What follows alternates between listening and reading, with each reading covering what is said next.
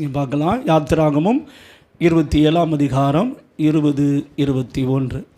குத்து விளக்கு எப்பொழுதும் எரிந்து கொண்டிருக்கும்படி, குத்து விளக்கு எப்பொழுதும் எரிந்து கொண்டிருக்கும்படி இடித்து பிழிந்த தெளிவான ஒலிவ எண்ணெயை உன்னிடத்தில் கொண்டு வரும்படி இஸ்ரவேல் புத்திரருக்கு கட்டளையிடுவாயாக. இஸ்ரவேல் புத்திரருக்கு என்ன செய்வாயாக? கட்டளையிடுவாய். ஆண்டவர் இந்த பொன் குத்துவிளக்கு எரிவதற்காக என்ன சொல்கிறார்? தெளிவான, அதாவது எண்ணெய், ஒலிவ எண்ணெய் என்ன செய்யணும்? கொண்டு வரணும் அப்படின்னு சொல்லி கர்த்தர் சொல்லுகிறதை பார்க்கிறோம். தொடர்ந்து வாசிங்க. ஆசரிப்பு கூடாரத்தில் சாட்சி சந்நிதிக்கு முன்னிருக்கும் திரைச்சீலைக்கு வெளிப்புறமாக ஆரோனும் அவன் குமாரரும் சாயங்காலம் தொடங்கி விடிய காலம் மட்டும் கர்த்தருடைய சன்னிதானத்தில் அந்த விளக்கை எரிய வைக்க கடவர்கள். எப்ப இருந்து எப்ப வரைக்கும் எரிய வைக்கணும்? சாயங்காலத்திலிருந்து மறுநாள் காலை வரைக்கும் என்ன செய்யணுமா? குத்துவிளக்கு எப்பொழுது எரியணும். குத்துவிளக்கு எப்பொழுது எரிய வைக்க வேண்டியது ஆசாரியனுடைய டியூட்டி. ஆனால் அந்த ஆசாரியன் அந்த குத்துவிளக்கு எரிய வைக்க வேண்டுமானால் அதில் என்ன செய்ய வேண்டும்? எண்ணெயை ஊற்ற வேண்டும். இந்த எண்ணெய் என்பதற்கு எதற்கு அடையாளமாக இருக்கிறது என்றால், அது பரிசுத்த ஆவியானவரோடு ஐக்கியத்துக்கு அடையாளமாக இருக்கிறது. எதுக்கு அடையாளமாக இருக்குங்க? இந்த குத்துவிளக்கு என்பது கிறிஸ்துவுக்கு அடையாளமாக இருக்கிறது. இந்த விளக்கு தண்டு எதுக்கு அடையாளமாக இருக்கிறதுனா கிறிஸ்துவுக்கு அடையாளம். அந்த அகல்கள் என்பது சபை மக்கள் நமக்கு அடையாளமாக இருக்கிறது. இதில் எண்ணெய் ஊற்ற வேண்டியது ரொம்ப அவசியமானது. இந்த எண்ணெய் எதை குறிக்கிறது என்றால் பரிசுத்த ஆவியானவரோடு கூட ஐக்கியத்தை குறிக்கிறது. 2 கொரிந்தியர் 13ஆம் அதிகாரத்தில் 2 கொரிந்தியர் 13ஆம் அதிகாரம் 14ஆம் வசனம் வாசிங்க பார்க்கலாம். கர்த்தராகிய இயேசு கிறிஸ்துவினுடைய கிருபையும் தேவனுடைய அன்பும் பரிசுத்த ஆவியினுடைய ஐக்கியமும் உங்கள் அனைவரோடு கூட இருப்பதாக. இங்கே பவுல் கொரிந்து சபைக்கு ஜெபிக்கும் பொழுது 3 காரியங்களுக்காக ஜெபிக்கிறார். ஒன்று, பிதாவாகிய தேவனுடைய அன்பு ஒரு மனிதனுடைய உள்ளத்தில் எப்பொழுதும் நிலைத்திருக்க வேண்டும் என்று ஜெபிக்கிறார். 2வது, ஆண்டவராகிய இயேசு கிறிஸ்துடைய கிருபை ஒரு மனிதனுடைய உள்ளத்தில் எப்பொழுதும் இருக்க வேண்டும் என்று ஜெபிக்கிறார். 3வது, பரிசுத்த ஆவியானுடைய ஐக்கியம் ஒரு தேவ பிள்ளையோடு சபையோடு கூட என்ன செய்ய வேண்டும்? இருக்க வேண்டும் என்று கர்த்தர் வலியுறுத்துகிறதை பார்க்கிறோம். தேவ பிள்ளையே, நம்முடைய வாழ்க்கையிலே, நம்முடைய தனிப்பட்ட வாழ்க்கையிலே, நம்முடைய குடும்ப வாழ்க்கையிலே, நம்ம பிள்ளைகளுடைய வாழ்க்கையிலே 3 காரியங்களுக்காக சபை அனுதினமும் ஜெபிக்க வேண்டும். அது என்ன அப்படின்னு கேட்டீங்கன்னா, பிதாவாகிய தேவனுடைய அன்பை உணரக்கூடிய ஆவியினால் என்ன செய்யும்? நிரப்புங்கன்னு ஜெபிக்கணும். பிதாவின் அன்பு எப்படிப்பட்டது? யோவான் எழுதின சுவிசேஷம் 3ஆம் அதிகாரம் 16ஆம் வசனம் விதமாய் சொல்லுகிறது. வாசிங்கள் பார்க்கலாம். John chapter 3:16. தேவன் தம்முடைய ஒரே பேரான குமாரனை விசுவாசிக்கிறவன் எவனோ அவன் கெட்டு போகாமல் நித்திய ஜீவனை அடையும்படிக்கு அவரை தந்தருளி இவ்வளவாய் உலகத்தில் அன்பு கூர்ந்தார். பிதாவின் அன்பு சாதாரணமானதல்ல. நாம் பாவிகளாய் இருக்கையில் தேவன் தமது குமாரனை கொடுத்ததினால அன்பு என்ன செய்திருக்கிறது? உண்டாயிருக்கிறது வேதம் சொல்லுகிறது. நாம் அவரிடத்தில் அன்பு கூர்ந்ததினால் அல்ல, அவர் நம்மிடத்தில் அன்பு கூர்ந்ததினால் அன்பு உண்டாயிருக்கிறது 1 யோவான் 4ஆம் அதிகாரத்தில் சொல்லப்பட்டிருக்கிறது. அப்ப தேவ பிள்ளைகள் நல்லா கவனிக்கணும். இன்னைக்கு அநேகருடைய வாழ்க்கை பாவத்தில் போவதற்கு காரணம் என்னவென்றால், பிதாவின் அன்பு எப்படிப்பட்ட என்ற அறிவு நிறையவருக்கு இல்லை. அதனால தான் இன்னைக்கு உலக அன்பை நோக்கி மக்கள் ஓடுகிறார்கள், பாவ அன்பை நோக்கி மக்கள் ஓடுகிறார்கள், சிற்றின்ப அன்பை நோக்கி மக்கள் என்ன செய்கிறார்கள்? ஓடுகிறார்கள். உங்கள் பிள்ளைகள் பாவத்தில் போராடுறானா அதுக்கு காரணம் என்ன?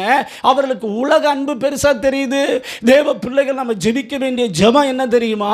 பிதாவே, உம்முடைய அன்பின் ஆவியினால் உம்முடைய அன்பை உணரக்கூடிய கிருபைகள் எங்களுக்கு தர. எபேசு சபைக்கு ஜெபம் பண்ணும் பொழுதும் கூட பவுல் அப்போஸ்தலன் அந்த அன்பின் ஆழம், அகலம், நீளம், உயரம் இன்னதென்று அறிந்து கொள்ளும்படியான அறிவை, தெளிவான ஆவி எனக்கு தர வேண்டும் என்று ஜெபிக்கிறது நம்ம பார்க்கிறோம். அல்லேலூயா. அப்போ ஒரு தேவ பிள்ளை தினமும் ஜெபிக்க வேண்டியது என்ன ஜெபம் தெரியுமா? தேவனே, உங்களுடைய அன்பை நான் இன்னும் அதிகமாக அறிந்து கொள்ளணும், அதுக்குரிய கிருபை எனக்கு என்ன செய்யும்? தாருன்னு சொல்லி ஜெபிக்கணும். தண்ணி அங்கேருந்து கொண்டு வாங்க. இது கூலிங்காக இருக்க வேண்டாம். தம்பி இந்த ஃபேனை போட்டு விடுமா. அல்லேலூயா. பிதாவினுடைய அன்பு எவ்வளவு பெரியது என்பதை நாம் அறிந்து கொள்ளும்படியாக நம்முடைய கண்களை திறக்க நாம் என்ன செய்யணும்? ஜெபிக்கணும் முதலாவதாக. இரண்டாவதாக நாம் கிறிஸ்துவின் கிருபையை நாம் உணர வேண்டும். இரண்டாவதாக நாம் கிறிஸ்துவின் கிருபைக்காக நாம் ஜெபிக்கணும். கிருபை என்றால் த பவர். கிருபை என்றால் என்னங்க? வேதம் சொல்லுகிறது, யோவான் எழுதின சுவிசேஷம் 1ஆம் அதிகாரம் 14, 15, 16 வாசிங்க பார்க்கலாம். அந்த வார்த்தை மாம்சமாகி, அந்த வார்த்தை மாம்சமாகி கிருபையினாலும் சத்தியத்தினாலும் நிறைந்தவராய் நமக்குள்ளே வாசம் பண்ணினார். அவருடைய மகிமையை கண்டோம். அது பிதாவுக்கு ஒரே பேரானவருடைய மகிமைக்கு ஏற்ற மகிமையாக இருந்தது. யோவான் அவரை குறித்து சாட்சி கொடுத்து எனக்கு பின் வருகிறவர் எனக்கு முன்னிருந்தவர் ஆகையால் அவர் என்னிலும் மேன்மையுள்ளவர் என்று நான் சொல்லி இருந்தேனே. அவர் இவர்தான் என்று சத்தமிட்டு கூறினார். அவருடைய பரிபூரணத்தினால் நாம் எல்லாரும் கிருபையின் மேல் கிருபை பெற்றோம். அல்லேலூயா. நல்லா கவனிக்கணும். ரட்சிக்கப்படும் போது உங்களுக்கு ஒரு கிருபை கொடுக்கப்படுகிறது. ஆனால் கிருபையின் மேல் கிருபை பெருக வேண்டும். அதான் ரொம்ப முக்கியம். யாருடைய பரிபூர்ணத்தினால்? இயேசு எனக்காக சிலுவையிலே ரத்தம் சிந்தி மரித்து உயிர் தெழுந்ததினால் எனக்கு என்ன கொடுக்கப்படுகிறது? கிருபை கொடுக்கப்படுகிறது. கிருபை என்றால் இந்த பவர். எதை செய்யணுமோ அதை செய்யக்கூடிய வல்லமை, எதை செய்யக்கூடாதோ அதை செய்யாமல் இருக்கக்கூடிய வல்லமை. நியாயப்பிரமாணம் ஒரு மனிதனுக்கு எதை செய்யணுமோ அதை செய்யக்கூடிய வல்லமையை தராது. எதை செய்யக்கூடாதோ அதை செய்யாமல் இருக்கக்கூடிய வல்லமை என்ன செய்யாது? தராது. ஆனால் ஒரு மனிதன் இயேசுவை சொந்த இரட்சகராக இயேசுவை ஏற்றுக்கொள்ளும் பொழுது அவனுடைய பாவம் மன்னிக்கப்படுகிறது. அது பிள்ளைகளுடைய அனுபவம். ஆனால் இது அஞ்ஞான கிருபை கொடுக்கப்படுகிறது. இந்த கிருபை என்ன செய்ய வேண்டும்? பெருக வேண்டும். என்ன செய்ய வேண்டும்? பெருக வேண்டும். அவருடைய பரிபூர்ணத்தினாலே நாம் கிருபையின் மேல் கிருபை பெற்றோம்னா என்ன அர்த்தம்னா, ரட்சிக்கப்படும் போது ஒரு குழந்தையை போல கிருபை பெற்றுக் கொள்கிறார். ஆனால் அனுதின வாழ்க்கையில் நீ வளரும் போது நீ பல பிரச்சனைகளை சந்திக்கிறாய். உனக்கு வியாதி வரலாம், உன் வாழ்க்கையில் கடன் பிரச்சனை வரலாம், உன் வாழ்க்கையில் பிசாசு போராட்டம் வரலாம், இந்த உலகத்தில் நீ சந்திக்கிற பல பிரச்சனைகள் வரலாம். ஆனால் அதை சந்தித்து நீ ஜெயிக்க வேண்டுமானால் கிருபையின் மேல் கிருபையை நீ பெற்றுக்கொள்ள வேண்டும். அல்லேலூயா.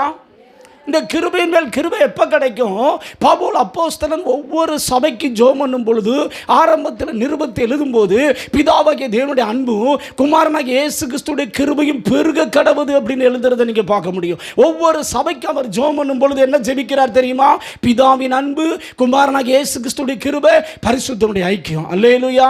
தேவ பிள்ளையே, உன் அனுதின ஜெப வாழ்க்கையில் நீ சந்திக்கிற போராட்டத்தை ஜெயிக்கணும், உன் பிள்ளைகள் ஜெயிக்கணும். நீங்கள் சந்திக்கிற அது தேவையா இருக்கலாம், உங்களுக்கு பண நெருக்கடியா இருக்கலாம், வியாதியா இருக்கலாம், பல சூழ்நிலைகளா இருக்கலாம். எதுவா இருந்தாலும் உங்களுக்கு 3 காரியத்துக்காக நீங்க அனுதினமும் உங்களுக்காக உங்கள் குடும்பத்துக்காக ஜெபிக்கணும். என்ன காரியத்துக்கு ஜெபிக்கணும்? பிதாவாகிய தேவனுடைய அன்பினால் என்னை நிரப்புங்கன்னு சொல்லி கேட்கணும். கிறிஸ்துவின் கிருபையினால் என்ன செய்யும்? நிரப்புங்கன்னு கேட்கணும். அப்பதான் கிருபையின் மேல் கிருபை பெற முடியும். கிருபையின் மேல் கிருபை பெற்றால்தான் பலத்தின் மேல் பலனடைந்து கழுகை போல செட்டைகள் அடித்து இந்த உலகத்தை ஜெயிக்க முடியும். அல்லேலூயா. அவருடைய பரிபூர்ணத்தினால் கிருபையின் மேல் கிருபை பெற்றனா ஜெபம் பண்ணும் போதுதான் கிருபையின் மேல் கிருபை பெருகும். நீ ஜெபிக்கலை, நீ வேதத்தை தியானிக்கலை, நீ ஒழுங்கா சபைக்கு வரல, நீ ஒழுங்கா கூட்டத்துக்கு வரலன்னா கிருபை என்ன செய்யாது? பெருகாது. கிறிஸ்துவோட ஐக்கியத்தில் நிலைத்திருக்கணும். அது ரொம்ப ரொம்ப முக்கியமானது. அப்போ தான் அந்த கிருபை என்ன செய்யும்? பெருகும். அது மாத்திரமல்ல, இங்கே பவுல் அப்போஸ்தலன் மூலமாக ஆவியானவர் நமக்கு வலியுறுத்துகிற காரியம் என்ன? பரிசுத்த ஆவியானவருடைய ஐக்கியம். அல்லேலூயா. பரிசுத்த ஆவியினுடைய நிறைவை நாம் பெற்றுக்கொள்ள வேண்டியது ரொம்ப ரொம்ப ரொம்ப அவசியம். ஒரு தேவ பிள்ளை அனுதினமும் ஆவியானுடைய சத்தத்தை கேட்கிற பிள்ளையாக இருக்க வேண்டும். ஆவியானுடைய சத்தத்தை கேட்டு ஆவியானவரோடு நமக்கு ஐக்கியம் இருந்தால் மட்டும்தான் நாம் இந்த உலகத்தில் பிதாவின் அன்பை முழுமையாக உணர முடியும், கிறிஸ்துவின் கிருபையை முழுமையாக உணர முடியும். ஏனென்றால் பரிசுத்த ஆவியானவர் தான் பிதாவின் அன்பையும் கிறிஸ்துவின் கிருபையும் உணர்வதற்கு நமக்கு உதவி செய்கிறவர். அல்லேலூயா. இயேசுடைய சத்தத்தை கேட்கலச்சும், பிதாவின் அன்பை முழுமையாக உணரலச்சும், ஆவியானவர் இல்லாமல் நம்மளால் முடியவே முடியாது. அதனால தான் ஒவ்வொரு சபைக்கும் முதல்ல இயேசு பேசுகிறது போல் தெரியும். ஃபைனலாக பார்த்தீங்கன்னா யார் அங்கே பேசுகிறத பார்க்க முடியும்? ஆவியானவர் சபைகளுக்கு சொல்லுகிறதை காதுள்ளவன் என்ன செய்ய கடவன். வெளிப்படுத்தின விசேஷத்தில் 7 சபையும் பாருங்கள், முதல்ல ஸ்டார்ட் பண்ணுறது இயேசு தான் ஸ்டார்ட் பண்ணுறது போல் தெரியும். ஆனால் முடிவு யாருக்கு வரும் தெரியுமா? ஆவியானவர். நல்லா கவனிக்கணும். ஆனால் இன்றைக்கி நிறைய சபைகள் பரிசுத்த ஆவியானுடைய சத்தத்தை என்ன செய்வதில்லை, கேட்பதில்லை. உங்களுடைய தனிப்பட்ட வாழ்க்கையில் உனக்கும் ஆவியானவருக்கு சரியான ரிலேஷன்ஷிப் இருக்குதா? ஆவியானவருடைய ஐக்கியம் இருக்கிறதா? கொஞ்சம் யோசித்து பாருங்கள். நீங்கள் புத்தியுள்ள கன்னிகைகளாக இருக்கிறீங்களா, இல்லை புத்தி இல்லாத கன்னிகைகளாக இருக்கீங்களா? மத்திய எழுதின சுவிசேஷம் 25ஆம் அதிகாரம் 1-13 வரைக்கும் வாசித்து பார்த்தீங்கன்னா, அங்கே 5 பேர் புத்தியுள்ள கன்னிகைகள், 5 பேர் புத்தி இல்லாத கன்னிகைகள். இவங்க 2 பேருக்கு என்ன வித்தியாசம்? புத்தியுள்ள கன்னிகைகள் பரிசுத்த ஆவியானவருடைய ஐக்கியம் உள்ளவர்கள். புத்தி இல்லாத கன்னிகைகள் ஆவியானவரோடு என்ன கிடையாது? சொல்லுங்கள், என்ன கிடையாது? ஐக்கியம் கிடையாது. தேவ பிள்ளையே, ஐக்கியம் ஆவியானவரோடு கூட நிலைத்திருக்கிறதா?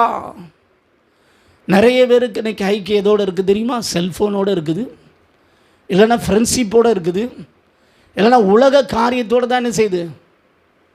யாரோடு உங்கள் ஐக்கியம் இருக்குது? யோசித்து பாருங்கள். வேதத்தில் நம்ம சிம்சோனை பார்க்க முடியும். நியாயாதிபதிகளின் புஸ்தகம் 14, 15, 16 இந்த 3 அதிகாரத்தில் தான் சிம்சோனுடைய கிஸ்தி. இந்த 3 அதிகாரத்திலே பார்க்கும் பொழுது சிம்சன் தேவ ஆவியானவரோடு முதல் ஐக்கியத்தில் இருந்தான். ஆனால் அந்த ஐக்கியம் கொஞ்சம் கொஞ்சமாக மாறி எங்கே போச்சு தெரியுமா? வேசிகளோடு அவனுக்கு ஐக்கியம் வந்து விட்டது. இன்றைக்கி அநேகர் பார்த்தீங்கன்னா ஆரம்ப நாட்களில் ரட்சிக்கப்படும் போது கர்த்தருடைய சபையோடு ஐக்கியமாக இருக்கிறாங்க. பிறகு கொஞ்ச நாள் கழித்து பார்த்தீங்கன்னா உங்கள் ஐக்கியம் எங்கே போயிருது? பாவத்தோடு, உலகத்தோடு, உலக சிற்றின்பத்தோடு. அதனால் சரியாக சபைக்கு வரமாட்டாங்க, சரியாக கூட்டத்துக்கு வரமாட்டாங்க, சரியாக ஜெபிக்க மாட்டாங்க. கூட்டத்துக்கு ஒரு மனுஷன் வந்து லேட்டாக வர்றானாவே அவனுடைய வாழ்க்கையில் ஏதோ டேஞ்சரஸ் இருக்குன்னு அர்த்தம். கூட்டத்துக்கு வர மனசு இல்லை, ஜெபிக்க மனசு இல்லை, கர்த்தரை தேட மனசு இல்லை அப்படின்னா உனக்கு தேவனோடு என்ன இல்லை? ஐக்கியம் இல்லை. ஆண்டவர் சொன்னார், உலகத்திலும் உலகத்துள்ளவைகள் என்ன செய்யாதிருங்கள். ஒருவன் உலகத்தில் அன்பு கூர்ந்தால் அவனிடத்தில் என்ன அன்பில்லை? பிதாவின் அன்பில்லை. இன்றைக்கி நிறைய பேருக்கு வந்து தார்குச்சி வைக்க வேண்டியிருக்கு. பைபிள் வாசிங்க, ஜோம் பண்ணுங்க, கர்த்தரை தேடுங்க அப்படின்னு சொன்னால் தான் என்ன செய்கிறாங்க? அவங்களா தேட மாட்டேங்காங்க. தேவனுடைய ஐக்கியத்தை நிறைய பேர் விரும்புவதில்லை. யாருடைய ஐக்கியத்தை? தேவனுடைய ஐக்கியத்தை நீங்கள் விரும்பினால் நீங்கள் 5 மணிக்கெல்லாம் எந்திரிச்சு என்ன செய்வீங்க? ஜெபம் பண்ணுவீங்க. எத்தனை பேர் 5 மணிக்கு எந்திரிச்சு ஜெபம் பண்ணுறீங்க? அதுக்கு முன்னாடி இருந்துச்சா அதுவும் சந்துக்கலாம், ஆனால் 5 மணிக்கு பின்னாடி சேர்க்கவே முடியாது. சரிதானே? ஆமாம், நான் 5 மணி அல்லது அதுக்கு முன்னாடி எந்திரிக்கிறேன். கை இதுங்க பார்க்கலாம். நிறைய பேர் ஆளை காணும். காணாமல் போனவர் பற்றிய அறிவிப்பு அப்படிங்கிற லிஸ்ட்டில் தான் நிறைய பேர் உட்காந்துக்கிட்டு இருக்காங்க. ஆனால் செல்ஃபோனை தேட சொல்லுங்கள். எனி டைம் நாங்கள் செல்ஃபோனை தான் என்ன செய்து கொண்டு இருக்கிறோம்? தேடிக்கொண்டு இருக்கிறோம். எங்களுக்கு ஒரு தேவை என்றால் செல்ஃபோன் நடத்துகிறது. எங்களுக்கு ஒரு ரூட் என்றால் செல்ஃபோன் நடத்துகிறது. ஒரு குழம்பு வைக்க வேண்டும் என்றால் செல்ஃபோன் போதிக்கிறது. ஒரு ஊருக்கு போக வேண்டும் என்றால் செல்ஃபோன் என்ன செய்கிறது? நானும் செல்ஃபோனும் இணைபிரியாத நாட்டில் நிறைய பேருக்கு ஐக்கியம் எங்கே இருக்குது பார்த்தீங்களா? ஐயா, எப்போ பார்த்தாலும் கேம்ஸில் தான் உட்காந்துருக்காங்க. கடந்த நாட்கள் ஒரு சபைக்கு போயிருந்தேன். சபையில் போயிருந்தேன், எனக்கு துக்கமாகி போச்சு. அந்த பாஸ்டர் பிரசங்கம் பண்ணிக்கிட்டு இருக்காரு. நம்ம வாலிபர்கள் நன்றாக கவனிப்பார்கள் என்று நானும் கவனித்து கொண்டு இருந்தேன். ஆனால் முன்னாடி பார்த்தா செல்ஃபோனை வச்சுக்கிட்டு மெசேஜ் கவனிக்கிற மாதிரி கேம்ஸ் விளாண்டுக்கிட்டு இருக்காங்க. அட பாவிகளா, இங்கே வந்துமா அந்த கொடுமை? வீட்டில் தான் அந்த கொடுமை செய்கிறீங்கன்னா எங்கேயும் வந்து எந்த கொடுமையை செய்கிறீங்க? ஆனால் வெளியே பார்க்க யாருமே சொல்ல முடியாது. பார்க்க இங்கே பார்க்குற மாதிரி தான் இருக்காங்க. என்னம்மா விளையாடுறாங்க நினைக்கிறீங்க? நம்ம கூட நினைப்போம், ஆகா தம்பி என்னம்மா மெசேஜ் கவனிக்கிறாங்க போலன்னு. ஆனால் இங்கே கீழே அப்படியே உட்காந்துட்டு என்ன செய்யுதுன்னா வண்டி ஓடிக்கிட்டே இருக்குது. அப்படி பார்க்குற மாதிரி பார்க்குறான், இங்கிட்டு கீழே பார்க்குறோம். நம்ம நினைக்கிறோம் வசனத்தை வாசிக்கிறான் போல் தெரியுது அப்படின்னு நினைக்கிறோம். ஆனால் அவர் என்ன வாசித்து கொண்டு இருக்கிறார்? செல்ஃபோன் சேட்டிங்கில் ஓடிக்கிட்டு இருக்குது. இந்த கொடுமையை நான் எங்கே சொல்கிறது? அதனால தான் தேவ கோபாக்கின வருது. என்ன வருதுங்க? சகோதரா சகோதரி, உன் வாழ்க்கையில் உன் இருதயம் யாரோட ஐக்கியமாக இருக்குது? உன் இருதயம் ஆவியானுடைய சத்தத்தை கேட்க விரும்புதா? உன் இருதயம் தேவன் மேலே தாகமாக இருக்குதா? சங்கீதக்காரன் சொல்லுகிறான், ஜீவனுள்ள தேவன் மேலே, தேவனே சங்கீதம் வாசிங்க பார்க்கலாம், 42ஆம் சங்கீதம் 1-2 வாசிங்க பார்க்கலாம். இந்த சங்கீதக்காரனுக்கு வாஞ்சியை பாருங்கள் எப்படி இருந்துச்சுன்னு. மானானது நீரோடைகளை வாஞ்சித்து கதறுவது, மானானது நீரோடைகளை வாஞ்சித்து கதறுவது போல தேவனே தேவனே என் ஆத்துமா உம்மை வாஞ்சித்து கதறுகிறது. உம்மை வாஞ்சித்து என்ன செய்தான்? யாரை வாஞ்சிக்குது? பக்கத்தில் கைப்பிடிச்சு கேளுங்க, உங்கள் இறுதி எதை வாஞ்சிக்குதுன்னு கேளுங்க. கண்ட கழுதியெல்லாம் வாஞ்சிக்குது. ஃபஸ்ட்டு சாப்பாடை வேணால் நிறைய பேருக்கு வாஞ்சிக்குது. திடீர் புரோட்டா இது நிறைய பேருக்கு இப்போ வாஞ்சியாக இருக்குது. ஏன்னா இப்போ யாருமே சமையலை என்ன செய்கிறதே இல்லை மேக்சிமம். அந்த லெவலுக்கு வந்து போய்கிட்டு இருக்குது. எந்த லெவலுக்கு போதோ தெரியல, அதை விடுங்க. ஆனால் நம்ம இருதயம் எதன் மேலே வாஞ்சியாக இருக்குது பாருங்கள். தேவன் மேலே எப்படி இருக்குதான்? மானானது நீரோடைய வாஞ்சித்து கதறு போல தேவனே நாத்துமா உண்மையில எப்படி இருக்குது? தொடர்ந்து வாசிங்க. என் ஆத்துமா தேவன் மேல் ஜீவனுள்ள தேவன் மேலேயே. யாரு மேலங்க? ஜீவனுள்ள தேவன் மேலேயே தாகமா இருக்கிறது. உங்க ஆத்துமா தாகமா இருக்குதா? ஆத்துமான என்ன தெரிஞ்சுக்கோங்க, உங்க சிந்தனை மண்டலம். ஆத்துமான என்னது? உங்க சிந்தை முழுதும் எது மேலே இருக்குது? என் சிந்தை முழுதுமா பாஸ்டர் ஒரு செல்ஃபோனும் நெட்டும் கொடுத்துருங்க, அது போது என் லைஃப். அப்படி தான் நாட்டில் நிறைய பேர் ஓடுறான். தெய்வ பிள்ளையே, உன் ஐக்கியம் யாரோடு இருக்குது? புத்தியுள்ள கன்னிகைகள் தூங்கினாலும், எல்லாரும் தூங்கினாங்க, இவங்களும் தூங்கினாங்க. ஆனால் இவங்க ஆவியானவரோடு என்ன இருந்துச்சு தெரியுமா? ஐக்கியம் இருந்துச்சு. உன் ஆவியானவரோட ஐக்கியம் இருக்குதா? ஆவியானுடைய ஐக்கியம் இருந்தால் நீ வருகையில் என்ன செய்யலாம்? போகலாம். இல்லைன்னா வருகையில் என்ன செய்ய முடியாது, போக. இன்னைக்கு மக்களுடைய மைண்டு இருதயமும் ஃபுல்லாக எதில் தான் இருக்குது? உலகத்துள்ளவைகள் இருக்குது. குத்துவிளக்கு எப்பொழுதும் கொழுந்து விட்டு எரிய வேண்டுமானால் பரிசுத்த ஆவியானவருடைய ஐக்கியம் ரொம்ப ரொம்ப. என்னைக்கோ ஒரு நாள் அந்நிய பாஷை பேசுகிறேன்னு போதாது. சிலர் அபிஷேகமே பெறலை, அது ரொம்ப துக்ககரமானதுக்கு தயவுசெய்து சொல்கிறேன். அபிஷேகம் பெறாதவங்க தாகத்தோடு தினமும் தேவன்கிட்ட என்ன செய்யணும்? போராடி ஜெபிக்கணும். ஆண்டவரே என்னுடைய பரிசுத்த ஆவியினால் அந்நிய பாஷை அடையாளத்தோடு என்ன செய்யும்?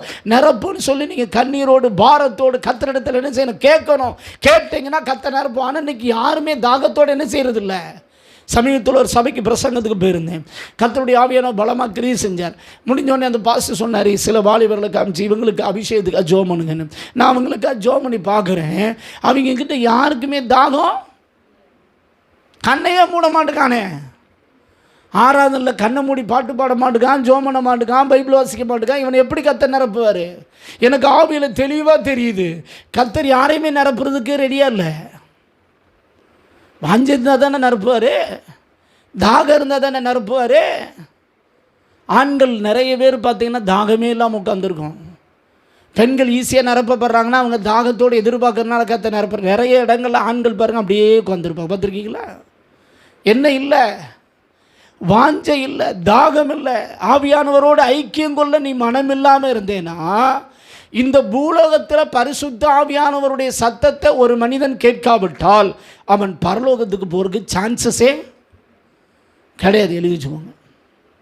ஆவியானவரோடு ஐக்கியம் இல்லாத மனிதன், தேவனோடு ஐக்கியம் இல்லாத மனிதன் வருகையில் போக முடியாது. ஏனோக்கு குறித்து வேதம் சொல்லுகிறது. ஆதியாகமம் 5ஆம் அதிகாரம் 22 24 வரைக்கும் வாசிங்க பார்க்கலாம். ஏனோக்கு மெத்துசலாவை பெற்றான். 300 வருஷம் தேவனோட சஞ்சரித்து கொண்டிருந்து. எத்தனை வருஷங்க?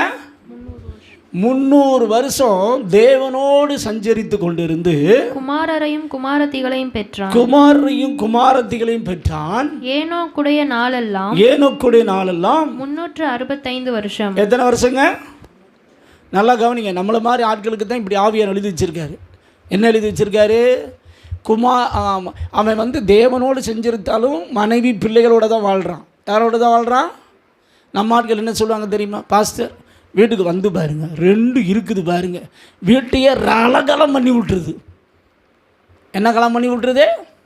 இதோடு நான் எப்படி பாஸ்டர் தேவனோடு சஞ்சரிப்பது? எனக்கு ப்ரெஷர் தான் அதிகமாக என்ன செய்து கொண்டு இருக்கிறது? ஏறிக்கொண்டு இருக்கிறது.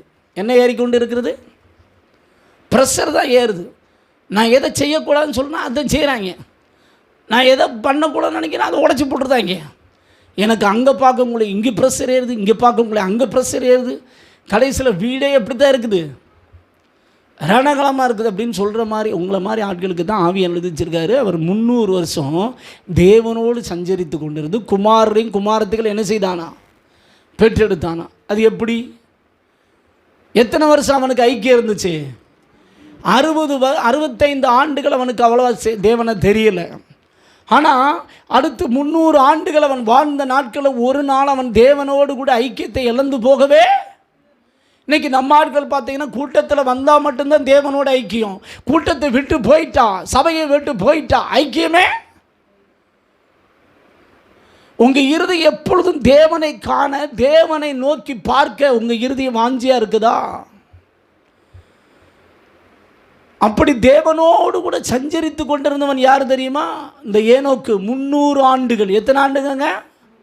300 ஆண்டுகள் தேவனை அறிந்த பின்பு ஏனோக்குக்கும் தேவனுக்கு இடையில் எந்த பிரிவினை என்ன செய்யலை, வரல. தேவனோடு கூட அவன் என்ன செய்து கொண்டிருந்தான்? சஞ்சரித்து கொண்டிருந்தான். தேவ பிள்ளையே, ஆவியானுடைய பிரசன்ஸை உன்னால் தேவனமும் உணர முடியுதா? நீ ஜெபிக்கும் போது தேவ பிரசன்ஸை உணர்ந்து ஆவியில் நிரம்பி உன்னால் ஜெபிக்க முடியுதா? ஆவியானவருக்கும் உனக்கும் சரியான ஐக்கியம் இருக்குதா? ஐக்கியம் இருந்தால் நீ வருகையில் என்ன செய்யலாம்? குத்துவிளக்கு எப்பொழுது என்ன செய்யணும் தெரியுமா? எரிந்து கொண்டே இருக்கணும். உனக்குள்ள ஆவிக்குரிய வாழ்க்கை எப்பொழுது எரிந்து கொண்டே இருக்க வேண்டுமானால் நீ ஆவியானவரோட சரியான ஐக்கியம் உனக்கு என்ன செய்யணும்? இருக்கணும். ஆனால் அதை விரும்பினாத இருக்கும், விரும்பாட்டினா அது இருக்காது. அது சந்தேகமே. சாம்சன் விரும்பினது என்ன தெரியுமா? மனசும் மாம்சும் விரும்பினது அவன் விரும்பினான். ஆவியானவரோட ஐக்கியத்தை காட்டிலும் அவனுக்கு என்ன விருப்பம் தெரியுமா? தெளிலால் தான் ரொம்ப விருப்பமாக இருந்துச்சு. இன்றைக்கி நிறைய பேருக்கு தூக்கம்தான் விருப்பமாக இருக்குது. சிலருக்கு எப்போ பார்த்தாலும் தின்னுக்கிட்டே இருக்கணும், அதுதான் என்னதான் இருக்குது, விருப்பமாக இருக்குது.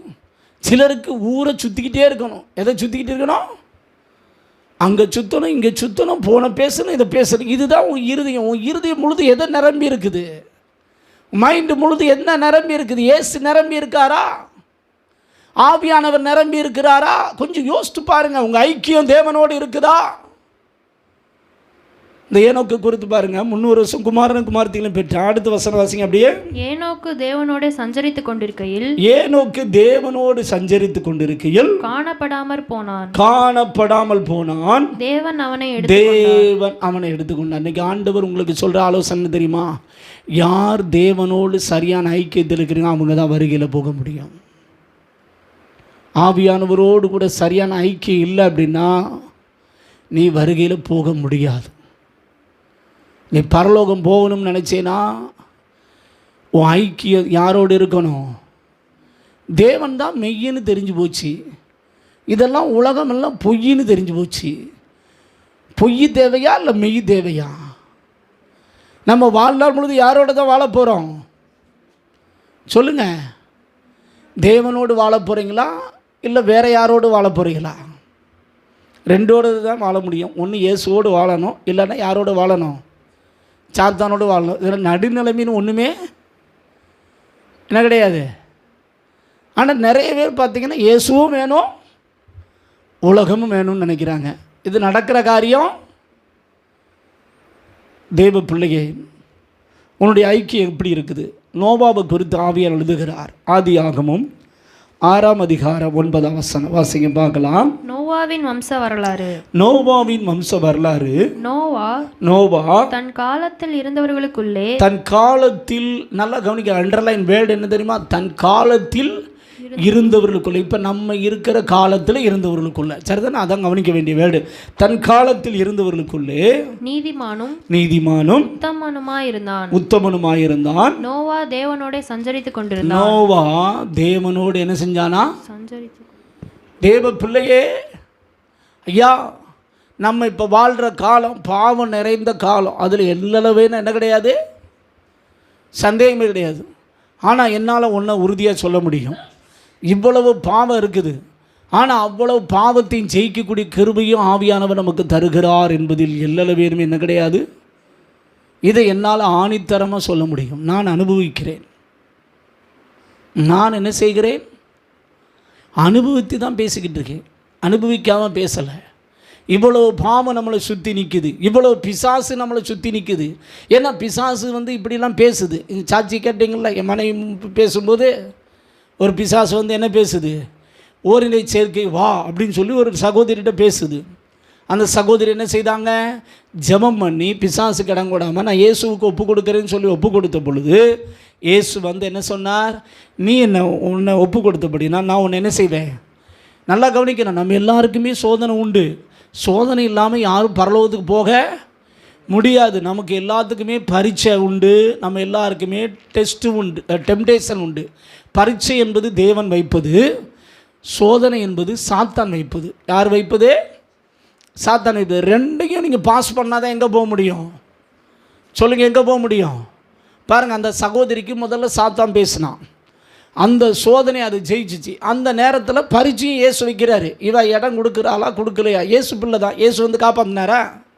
காப்பாற்றல. ஆண்டவர் வெயிட் பண்ணுறாரு, சரிதானா? சாத்தான் பேசுறதுக்கு ஆண்டவர் அனுமதிச்சாரா இல்லையா? அனுமதிச்சார். உங்கள்கிட்டையும் சாத்தான் பேசுவான். செல்ஃபோனை பார்க்கும்போது கன்றாவியே பாரு, கழுதையே பாரு, கத்திரிக்காவை பாரு அப்படின்னு என்ன செய்யும்? உங்கள் உள்ளத்தில் ஒரு எண்ணம் வரும். அதுதான் சாத்தான் பேசுறது. சாத்தான் சொல்லுவான், செல்ஃபோனை பாரு, கேம்ஸை பாரு, எப்போ பார்த்தாலும் கேம்ஸ்லேயே உட்காந்துரு, எப்போ பார்த்தாலும் வீணான சிந்தனை. இன்றைக்கி நிறைய பேர் நினைக்கிற, நல்லா கவனிக்கணும், நீங்கள் கெட்ட சிந்தனை சிந்திக்கிறீங்களே இல்லையோ, நீ தேவையில்லாத சிந்தித்தாலே நீ உலகத்தோடு ஐக்கியம் கொண்டு இருக்கிற, நீ சாத்தானோடு ஐக்கியப்பட்டிருக்கன்னு அர்த்தம். தேவனுக்கு ஏற்றவைகளை சிந்தியாமல் மனுஷனுக்கு ஏற்றவைகளை சிந்திப்பான் என்றால் நீ சாத்தானோடு ஐக்கியப்படுற. ஆண்டவரோடு உங்களை ஐக்கியம் இருக்குதா?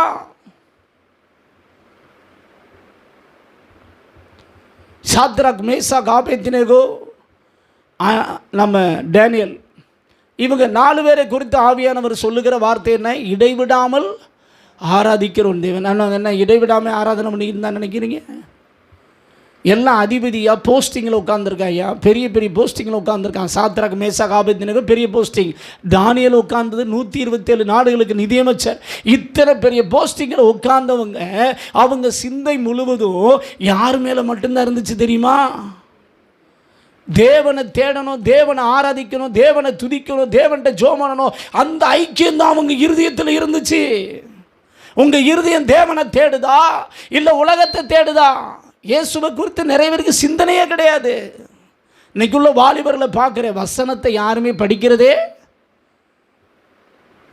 இப்போ நம்ம அப்போஸ்தலர் நடவடிக்கைகள் புஸ்தகத்தில் பார்த்தோம், சபையானது, அந்த வசன வாசிங்க பார்க்கலாம். சபையானது எதில் வளர்ச்சி அடையுது? எத்தனாம் அதிகாரம்? அப்போஸ்தலர் 9:31 வாசிங்க பார்க்கலாம். அப்போஸ்தலர் 9:31. அப்பொழுது யூதேயா, கலிலேயா, சமாரியா நாடுகளெங்கும் சபைகள் சமாதானம் பெற்று பக்தி விருத்தி அடைந்து கர்த்தருக்கு பயப்படுகிற பயத்தோடும் பரிசுத்த ஆவியின் ஆறுதலோடு என்ன செஞ்சதா? நடந்து பெருகின. நல்லா கவனிங்க தேவ பிள்ளையே, உன் வாழ்க்கையில சமாதானம் இருக்குதா? இயேசு தருகிற சமாதானத்தை கேட்குறேன். உன்னால் அதை ஃபீல் பண்ண முடியுதா? ரட்சிக்கப்பட்ட நாளில் இருந்த அந்த சமாதானம் இப்போ இருக்குதா? இப்போ நீ ஜெபிக்கும் போது தேவனோடு கூட உன் பாவங்களை அறிக்கை பண்ணப்பட்டு சமாதானத்தை உன்னால் உணர முடியுதா? உன் உள்ளத்தில் முதல்ல சமாதானம் வரணும். ரெண்டாவது, நீ ஜெபிக்கும் போது பக்தி விருத்தி அடைவ. ஆவியானவர் உனக்குள்ள கிரியை செய்தா நீ நாளுக்கு நாள் ஜெபத்தில் என்ன செய்வ? வளருவ. பைபிள் வாசிக்கிறல வளருவ.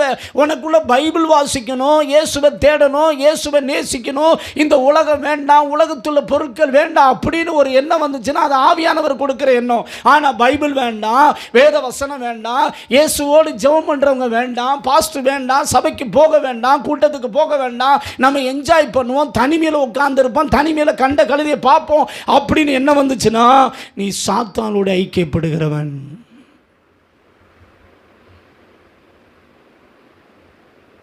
தேவ பிள்ளையே, உன் வாழ்க்கை நிதானித்து பார். ஏனோ தானன்னு வாழாத. ஒரே ஒரு வாழ்க்கை தான் வாழ போகிற. எத்தனை வாழ்க்கை? உன் படிப்பு உன்னை காப்பாற்றுன்னு நினைக்காத, உன் பணம் உன்னை காப்பாற்றுன்னு நினைக்காதீங்க, உனக்கு இருக்கிற சொத்து பத்து உன்னை காப்பாற்றுன்னு நினைக்காத. இயேசுடைய பிரசன்னம், ஆவியனுடைய பிரசன்னம் மட்டுமே உன்னை பாதுகாக்க வல்லமை உள்ளது. இம்மையிலும் தேவ பிரசன்னம் தான் உன்னை காப்பாற்றும், மறுமையிலும் தேவ பிரசன்னம் தான் உன்னை காப்பாற்றும். இந்த தேவ பிரசன்னம் இருந்தால் போதும், உனக்கு எல்லாமே என்ன செய்யப்படும்? சந்திக்கப்படும். நீ எதை வாஞ்சிக்கிறீங்க? உலகத்துள்ளவைகளை என்ன செய்யாதிருங்கள். நோவா வாழ்ந்த காலத்தில் கிட்டத்தட்ட 400-600 கோடி மக்கள் தொகை இருந்ததா வேத ஆராய்ச்சியாளர்கள் சொல்கிறாங்க. அத்தனை பேரும் பாவத்தில் இருக்கிறாங்க. அத்தனை பேரை குறித்து ஆவியானவர் எழுதுகிற வார்த்தை என்ன? ஆதியாகமம் 6ஆம் அதிகாரம் 5ஆம் வசனத்தில் கர்த்தர் எழுதுறாரு. அநேகருடைய சிந்தனை எப்படி இருந்துச்சு பாருங்க. மனுஷனுடைய அக்கிரமம் பூமியிலே பெருகினது என்றும் அவன் இருதயத்தின் நினைவுகளின் தோற்றமெல்லாம் நித்தமும் பொல்லாதே இருக்கிறது என்று கர்த்தர் கண்டு. நல்லா கவனிக்கணும். இன்றைக்கு இருக்கிற ஜெனரேஷன், இன்னைக்கு இருக்கிற வாலிப உலகம் எல்லாம் இச்சையில தான் உட்கார்ந்துருக்கு. காதல் கத்தரிக்கான்னு உட்கார்ந்துருக்குது. இவங்களுடைய எண்ணமெல்லாம் எப்போ பார்த்தாலும் இச்சை, எப்போ பார்த்தாலும் தன்னை ஹீரோவா நிறைய பேர் நினைக்கிறான், ஹீரோயினியா நினைக்கிறாங்க. ஒளிஞ்சு போகும் எல்லாமே. இந்த உலகத்தில் நீ பார்க்குற எதுவுமே நிரந்தரம் கிடையாது. கொலோசியர் 3ஆம் அதிகாரம் 1ஆம் வசனம். உலகம் இப்படி இருக்குது. ஆனால் நோவா எப்படி இருந்தார் தெரியுமா? தேவனோடு என்ன செய்தார்? சஞ்சரித்து கொண்டிருந்தார். தேவ பிள்ளையே, உலகம் எப்படி இருந்துட்டு போதியா? ஏன் உன் கூட படிக்கிறவன் எப்படி இருந்துட்டு போகிறான்? உன்னை பைத்தியக்காரன் கூட சொல்லட்டும், பரவாயில்ல. இயேசுவுக்காக நீ பைத்தியக்காரன் என்று பேர் வாங்கினா கூட சந்தோஷம். எப்போ பார்த்தாலும் ஏசுன்னு சொல்லிக்கிட்டு இருக்க அப்படின்னு சொல்லி சிலர் உங்களை பைத்தியன்னு சொல்லலாம், சந்தோஷப்படு.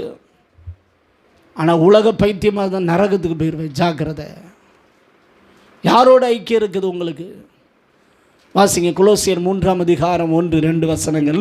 நீங்கள் கிறிஸ்துவுடனே கூட எழுந்ததுண்டானால் கிறிஸ்து தேவனுடைய வலது பாரிசத்தில் வீற்றிருக்கும் இடத்தில் உள்ள மேலானவைகளை தேடுங்கள். பூமியில் உள்ளவைகளை அல்ல, மேலானவைகளையே நாடுங்கள். எதை தேடணுமாங்க?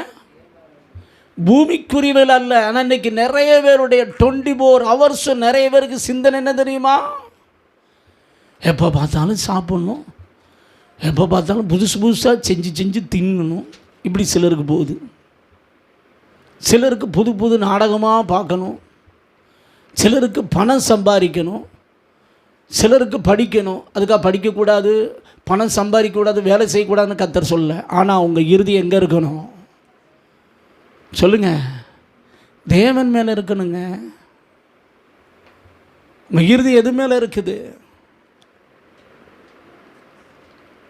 இன்னைக்கு அநேகருடைய இறுதியும் உலகத்தின் மேலே இருக்குது. நீ கிறிஸ்துவுடனே கூட உயிர் தெழுந்தது உண்டானால் அப்படின்னா என்ன அர்த்தம்னா, நீ ரட்சிக்கப்பட்டு மனம் திரும்பி ஞானஸ்நானம் எடுத்தது உண்மையானால் நீ எதை தேடு? பரலோகத்தில் கிறிஸ்து பிதாவின் வலது பரிசுத்தில் உட்கார்ந்திருக்கிறார். அந்த மேலானவைகளை என்ன செய்ய? தேடு. பூமிக்குரியவில் என்ன செய்யாத? தேடாத அப்படிங்கிற கர்த்தர். பூமிக்குரியெல்லாம் ஒளிந்து போகும். சகோதரா, உனக்கு ஒரு நாளைக்கு கர்த்தர் 24 hours கொடுக்குறாரு. இந்த 24 hours நீ எவ்வளவு நேரம் உன் சிந்தனை, உன் எண்ணங்கள் தேவன் மேலே இருக்குது? தேவனை பார்க்கணும், தேவனை நிரப்பணும், தேவனை அபிஷேகம் பண்ணணும் அப்படிங்கிற வாஞ்சை, தாகம், ஏக்கம் உனக்குள்ளே இருக்குதா? தேவனுடைய குரலை கேட்கணும் அப்படிங்கிற வாஞ்சை இருக்குதா? இல்லை 10ஓட 11 வாழ்ந்து உலகத்தை அப்படியே என்ஜாய் பண்ணணும்னு நினைக்கிறியா?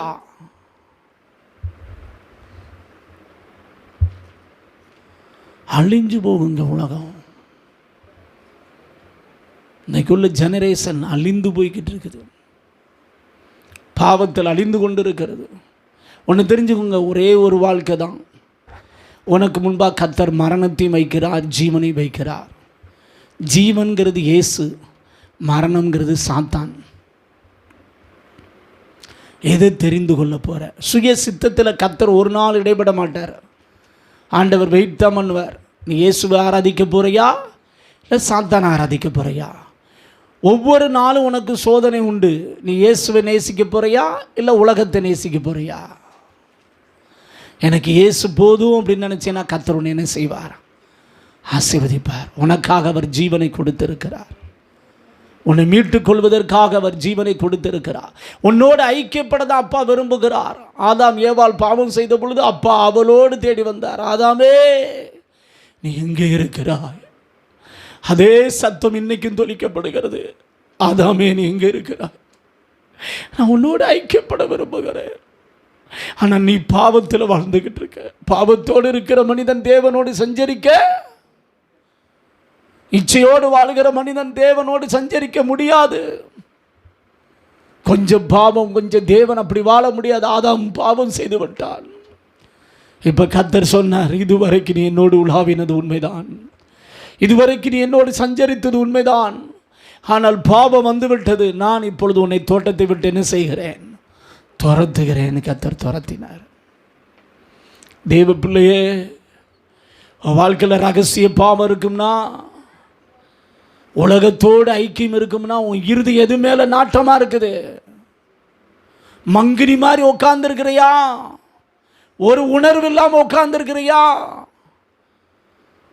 நீ உலகத்தில் அன்பு கூறுன்னு அர்த்தம். பைபிள் வாசிக்கணும்னு ஆசை இருக்கணும். ஏசப்பா என்னை பரிசுத்த ஆவியினால் நிரப்பணுங்கிற ஆசை இருக்கணும். இயேசுவை தேடணுங்கிற ஆசை இருக்கணும். பவுல் அப்போஸ்தலன் பிலிப்பியர் 3ஆம் அதிகாரம் 11-12 சொல்றார். என்ன சொல்லுகிறார்? வாசிங்க பார்க்கலாம்.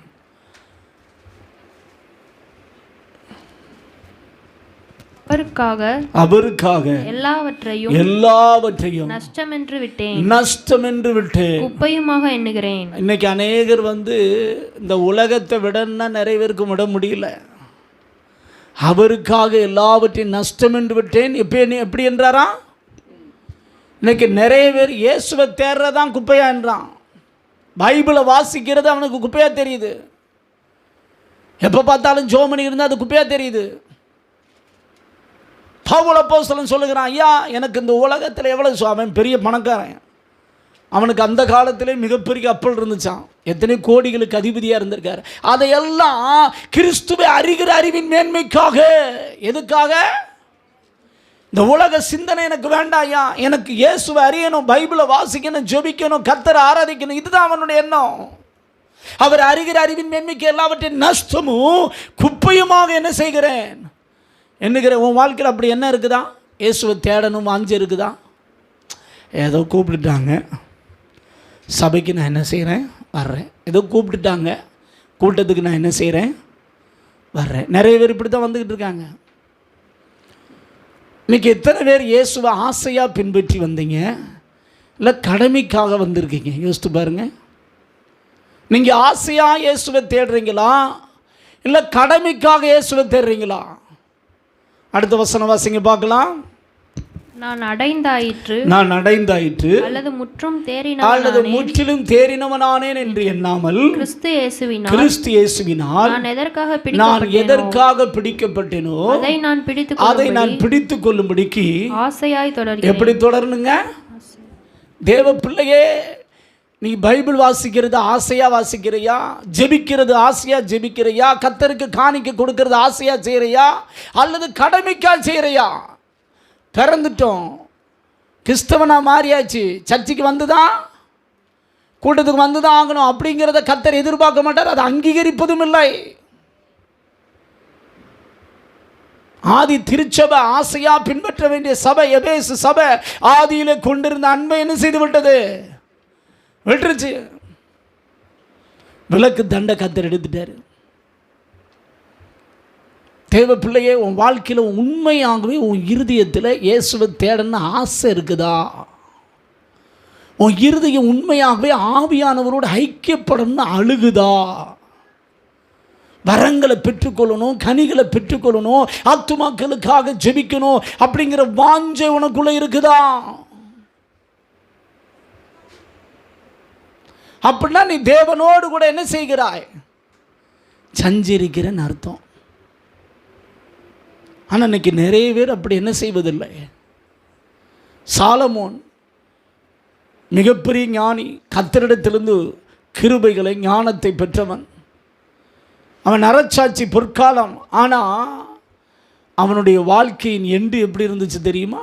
1 ராஜாக்கள் 11ஆம் அதிகாரம் 1ஆம் வசனத்திலிருந்து பாருங்க, அவனுடைய ஐக்கியம் எங்க இருந்துச்சுன்னு. ராஜாவாகிய சாலமோன் பார்வோனின் குமாரத்தியை நேசித்ததும் அல்லாமல் மோவாபியரும் அம்மோனியரும் ஏதோமியரும் சீதோனியரும் ஏத்தியரும் ஆகிய அந்நிய ஜாதியாரான அநேகம் ஸ்திரீகள் மேலும் ஆசை வைத்தான். என்ன வச்சானா? ஐயா, உன் ஆசை இயேசு மேலே மட்டும்தான் இருக்கணும். எது மேலே மட்டும்தான் இருக்கணும்? பக்கத்தில் எப்படி சொல்லணும்? உங்கள் ஆசை யார் மேலே மட்டும்தான் இருக்கணும்? இயேசு மேலே மட்டும்தான் இருக்கணும். வேறு எது மேலே என்ன செய்யக்கூடாது? இருக்கக்கூடாது. ஆனால் இருக்குதா? எனக்கு மட்டன் குழம்பு மேலே தான் நிறைய ஆசை இருக்குது பாஸ்டர். நிறைய பேர் இப்படி தான் அலைகிறாங்க. சாப்பாட்டு பிரியரெல்லாம் இன்றைக்கி நிறைய குரூப்பு போயிடுச்சு. தேவ பிள்ளையே, யோசித்து பாருங்க, அவன் ஆசை இங்கே இருக்குது. வாசிங்க தொடர்ந்து.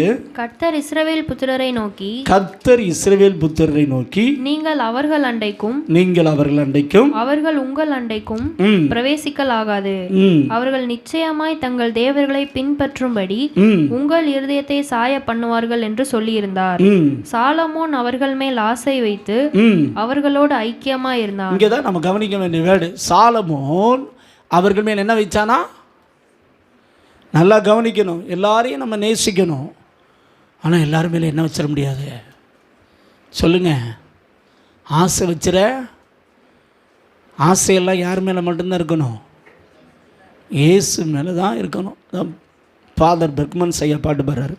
வேறு ஒரு ஆசை இல்லை இயேசு ராஜா உம்மை தவிர, உம்மை தவிர. எத்தனை பேர் இப்படி சொல்ல முடியும்? எனக்கு இயேசு மேலே மட்டும்தான் ஆசை, வேற எந்த ஆசை என் உள்ளத்தில் இல்லவே இல்லை அப்படின்னு யாராவது சொல்ல முடியுமா? கொஞ்சம் அதுவும்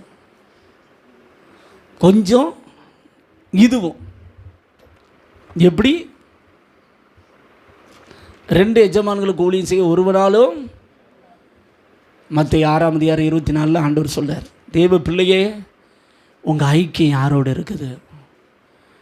நீங்கள் உண்மையாகவே இயேசுவோட ஐக்கியப்பட நினச்சிங்கன்னா 5 மணிக்கு அடித்து புரண்டு எந்திப்பீங்க. லேட் ஆகிடுச்சுன்னா மனசு எப்படி இருக்குன்னு தெரியுமா? பக்கு பக்கு பக்குன்னு அடிக்கும். அது மாதிரி கூட்டத்துக்கு வரும்போது லேட்டாக வந்தால் என்ன செய்யும்?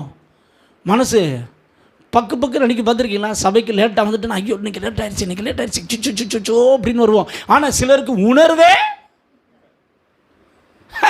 லேட்டாக வந்து ரொம்ப வசதியாக போச்சு, சீக்கிரமாக முடிச்சிடுவாங்க. நம்ம கதை கன்ஃபார்மாக முடிஞ்சிடும். ஹலோ, உங்கள் ஐக்கியங்க யாரோடு இருக்குது? சாலமோனை குறித்து தொடர்ந்து ஆவியானவர் எழுதுறார் பாருங்க. ஆசை வைத்து அவர்களோட ஐக்கியமாக இருந்தான். அடுத்த வசனம். அவனுக்கு பிரபுக்கள் குலமான 700 மனையாட்டிகளும் 300 மறுமனையாட்டிகளும் இருந்தார்கள். அவனுடைய ஸ்திரீகள் அவன் இருதயத்தை வலிவி போக பண்ணினார்கள். நல்லா கவனிக்கணும். ஆண்களை அதிகமாய் வலிவ போக பண்ணுவது பெண்கள் மேல் ஆசை வைப்பது. வெரி கேர்ஃபுல்லாக இருக்கணும். வாலிப பையங்களாக ரொம்ப கவனமாக இருக்கணும். அதுபோல் பெண்களை இருதயத்தை வலிவ போக பண்ணுவது ஆண்கள். இன்றைக்கி நிறைய பேர் பார்க்குறேன். நிறைய பெண்கள் வந்து பார்த்திங்கன்னா கொஞ்சம் அன்பாக பேசிட்டா வலைக்குள்ளே என்ன செஞ்சிருக்காங்க? அவருக்கு கல்யாணம் முடித்து குழந்தை இருக்குன்னு தெரிஞ்சால் கூட கீழே விழுந்துருதாங்க. என்ன இருக்குன்னு தெரிஞ்சால் கூட, குழந்தை இருக்குன்னு தெரிஞ்சால் கூட அன்பாக பேசுகிறாங்க. எங்கள் அப்பா அம்மா அன்பாக வேறு செய்கிறது இல்லை பாஸ்டர், பேசுகிறது இல்லை. அவர் என்னிடத்தில் எப்படி பேசுகிறார்? ஆமாம், சாத்தான் அன்பாகத்தான் பேசுவான் எப்பொழுதுமே. சரிதானா? அடுத்து ஆசையாக உன் உயிரை உறிஞ்சி குடிச்சிருவான். 8 கால் பூச்சி பார்த்துருக்கீங்களா? அப்படி பெரிய வலையை வீசி வச்சுருக்குறோம். அது அமைதியாக இருக்கிறது போல் இருக்கும். அது மேலே ஒரு பூச்சி விழுந்தோடனே இந்த 8 கால் பூச்சி என்ன செய்யும் தெரியுமா?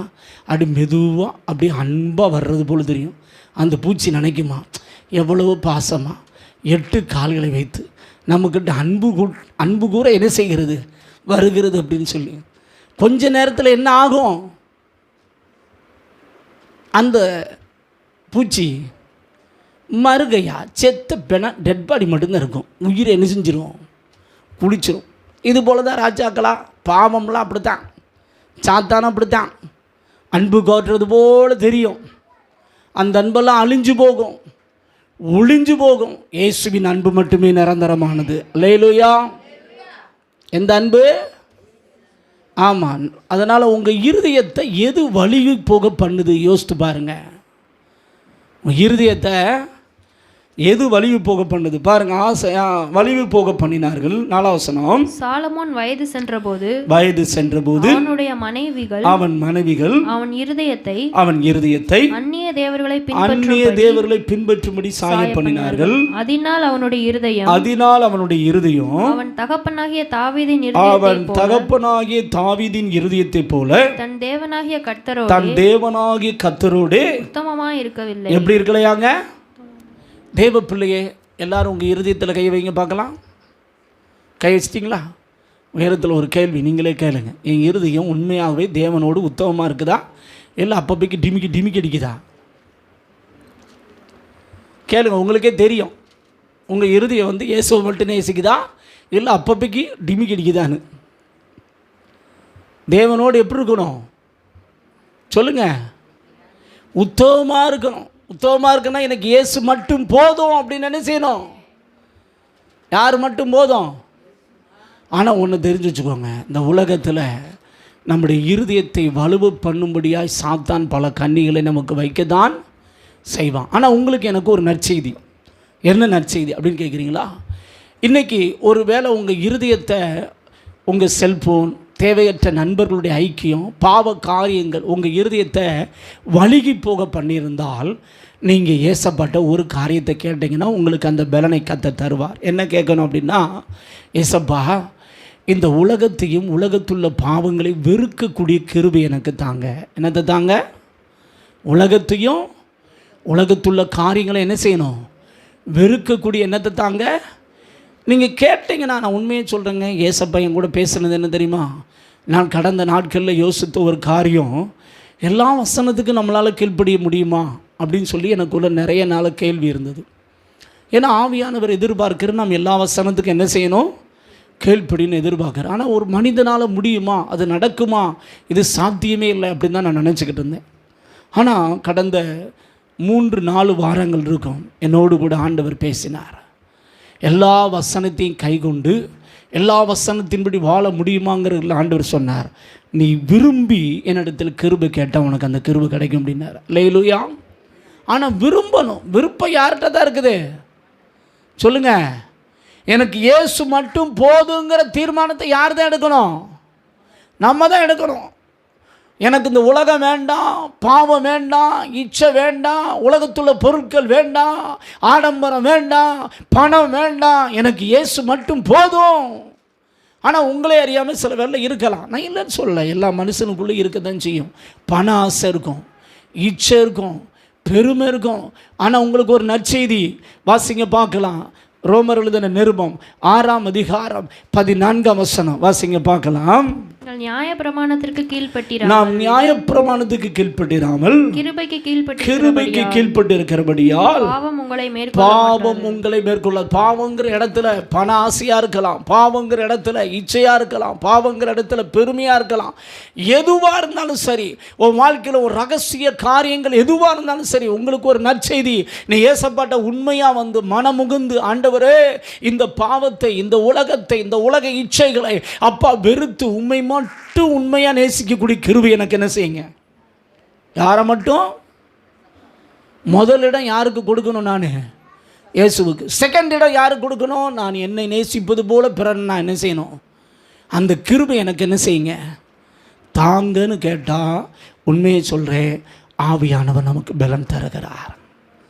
கர்த்தர் நமக்கு என்ன தருகிறார்? நான் உண்மையிலே சொல்கிறேங்க, கேட்டு இப்போ கிருபை கேட்குறேன். என் வாழ்க்கையில் நான் அனுபவத்தில் பார்க்குறேன். நான் அனுபவிக்காமல் சொல்லலை. என் வாழ்க்கையில் நான் ஆண்டவரிடத்தில் எதெல்லாம் என்னால் முடியாதுன்னு நான் நினைத்தேனோ, எதெல்லாம் என்னால் செய்ய முடியாதுன்னு நினச்சேனோ, இப்போ வசனத்துக்கு கீழ்ப்படியே நான் ஆண்டவரிடத்தில் தொடர்ந்து கிருபை கேட்குறேன். அப்போ அந்த கிருபை கேட்கும்போது ஆவியானவர் அந்த பலனை எனக்கு என்ன செய்கிறார்? தருகிறார். எதை செய்யணுமோ அதை செய்யக்கூடிய பலனை தருகிறார். எதை செய்யக்கூடாது அதை செய்யாமல் இருக்கக்கூடிய பலனை தருகிறார். அல்லேலூயா. கிருபைங்கிறது அதான். நியாயப்பிரமாணங்கிறது சட்டம். சட்டம் எதை செய்யணுமோ அதை செய்யக்கூடிய பலனை தராது. சொல்ல மட்டும் செய்யும். இச்சியாதிருப்பாயாக, கொலை செய்யாதிருப்பாயாக, பொய் சொல்லாதிருப்பாயாக, பாவம் செய்யாதே, உலகத்தை நேசிக்காதே, உலகத்தில் அன்பு கூறாதே, இப்படிலாம் நியாயப்பிரமாணம் சொல்லும். ஆனால் உங்களுக்கு கிருபையின் பிரமாணம் ஆவியானவர் கொடுக்கிறார். அல்லேலூயா. அந்த கிருபையை எப்போ கிடைக்கும்? அதான் இப்போ நமக்கு மேட்ரு எப்படி அப்படின்னா, நீ ரட்சிக்கப்பட்ட போது அந்த கிருபை கிடைக்காது. ரட்சிக்கப்படும் போது இலவச மன்னிப்பு, அவருடைய பிள்ளையாக மாறுற, அவ்வளோதான். ஆனால் உலகத்தில் அவர் வசனத்தை கைகொண்டு அவர் வசனத்துக்கெல்லாம் கீழ்ப்படியணும், அவர் சொல்கிற வசனத்தின்படி வாழணும், அவரோடு சஞ்சரிக்கணும், அவருடைய சத்தத்தை அனுதினமும் கேட்கணும், பிதாவின் சித்தத்தை நான் அனுதினமும் செய்யணும். அப்படின்னா நீ அவரிடத்தில் என்ன கேட்கணும்? சொல்லுங்க, என்ன கேட்கணும்? கிருபை கேட்கணும். ஒவ்வொரு நாளும் நீ என்ன செய்யணும்? நீ எதில் தவறுகிறாய் என்று உனக்கு தெரிகிறதோ. ஆனால் ஒன்று காரியத்தை சொல்கிறேன், முழங்காலில் நின்று ஜெபிக்கணும். எதில் நின்று ஜெபிக்கணும்? பக்கத்தில் எப்படி சொல்லுங்கள்? முழங்காலில் நின்று கேட்கணும். எப்படி நின்று கேட்கணும்? முழங்கால் போடுறீங்களான்னு கேளுங்க. அந்த பழக்கமே இங்கே சரித்திரத்திலே கிடையாது. என்ன கிடையாது? இன்றைக்கி நிறைய பேருக்குள்ளேருந்து பிசாசு ஓட மாட்டேங்குது. ஏன் ஓட மாட்டேங்குது தெரியுமா? முழங்கால என்ன செய்கிறதில்ல, போடுறதில்ல. அதனால தான் பிசாசு என்ன செய்ய மாட்டேங்குது. போன பிசாசு வீட்டுக்குள்ளே என்ன செஞ்சிருது? வந்துடுது. போன பிசாசு எங்கே வருது? நிறைய பெற்றோர்கள் அழுகிறாங்க, என் பிள்ளை கீழ்ப்படிய மாட்டேங்குது பாஸ்டர். அது கீழ்ப்படியாமல் பிசாசு. பிள்ளை சண்டை போடுது பாஸ்டர், அது அந்த பிசாசு. இந்த பிசாசெல்லாம் ஓடனா நீங்கள் வேறு ஒன்றுமே செய்யாதீங்க. நீங்கள் முழங்கால் போடுங்க, உங்கள் வீட்டுக்குள்ளே இருக்கிறது ஆட்டோமேட்டிக்காக என்ன செஞ்சிடும்? சொல்லுங்கள், என்ன செய்யும்? எத்தனை பேர் வீட்டுக்குள்ளே இருக்கிற பிசாசெல்லாம் ஓடன்னு நினைக்கிறீங்களா? கை வைத்துங்க பார்க்கலாம். ஓட நினைக்கிறீங்களா? நேர் முழங்கால நில்லுங்க. எதில் நிற்க? சொல்லுங்கள், எவ்வளோ நேரம் நிற்கணும்? குறைந்தபட்சம் 1 மணி நேரமாவது முழங்காலில் நிற்கணும். எவ்வளோ நேரம் பாஸ்டர்? 1 மணி நேரம் எப்படி முடியும்? கிசு புஸ்ஸுன்னு இழுக்குமே பாஸ்டர் அப்படிங்கீங்களா? ரொம்ப கஷ்டமாக இருக்குதுன்னா முதல்ல 10 நிமிஷம் போடுங்க, பிற 10 நிமிஷம் உட்காந்துங்க, பிற 10 நிமிஷம் போடுங்க, பிற 10 நிமிஷம் உட்காந்துங்க. இப்படியே 1/2 மணி நேரம் முழங்கால் போடுங்க, 1/2 மணி நேரம் உட்காந்து ஜெபம் பண்ணுங்க. இது கொஞ்ச நாளைக்கு. அப்படியே நீங்கள் ஒழுங்காக ஒப்பு கொடுத்தீங்கன்னா ஆவியானவர் உங்களுக்கு அந்த பலனை என்ன செய்வார்? தருவார். அதான் உண்மைங்க. ஆனால் நான் உண்மையை சொல்கிறேன், நீங்கள் முழங்கால் போட்டு ஜெபம் பண்ணால் தான் அந்த கிருபை கிடைக்கும். இயேசுவுக்கு அந்த கிருபை கிடைச்சது. பார்ப்போமா? அதை மட்டும் பார்த்துட்டு நம்ம ஜெபம் பண்ண போகிறோம். லூக்கா எழுதின சுவிசேஷம் 21ஆம் அதிகாரம் 39ஆம் வசனத்திலிருந்து வாசிங்க பார்க்கலாம். இயேசுவுக்கு அந்த கிருபை எப்போ கிடைக்குது பாருங்கள்.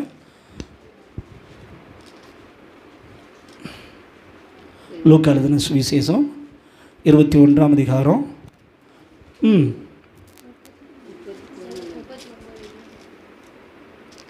வசனமே இல்லையா? அப்படியா?